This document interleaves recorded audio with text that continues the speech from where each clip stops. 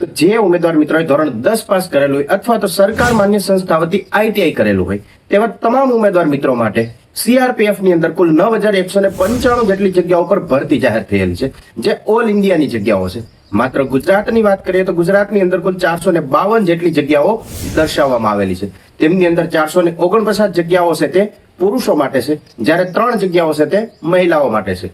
Form ભરવાની વાત કરીએ 20 એપ્રિલથી ફોર્મ ભરવાની શરૂઆત થઈ ગયેલી છે અને ફોર્મ ભરવા માટેની છેલ્લી તારીખ છે તે 19 મે છે.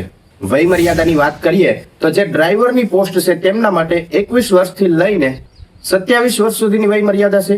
તે સિવાયની બધી પોસ્ટ ઉપર 18 વર્ષથી લઈને 23 વર્ષ સુધીની વય મર્યાદા દર્શાવવામાં આવેલી છે.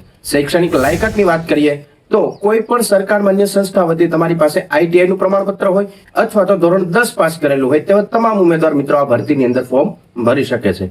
અને મેન વાત પગાર ધોરણની વાત કરીએ તો પે લેવલ 3 મુજબ 21,700 રૂપિયાથી લઈને 69,100 રૂપિયા સુધીનો તમને પગાર મળવા પાત્ર રહેશે. તો લાયકાત ધરાવનાર તમામ ઉમેદવાર મિત્રો સમય મર્યાદાની અંદર ફોર્મ અવશ્ય ભરી દે.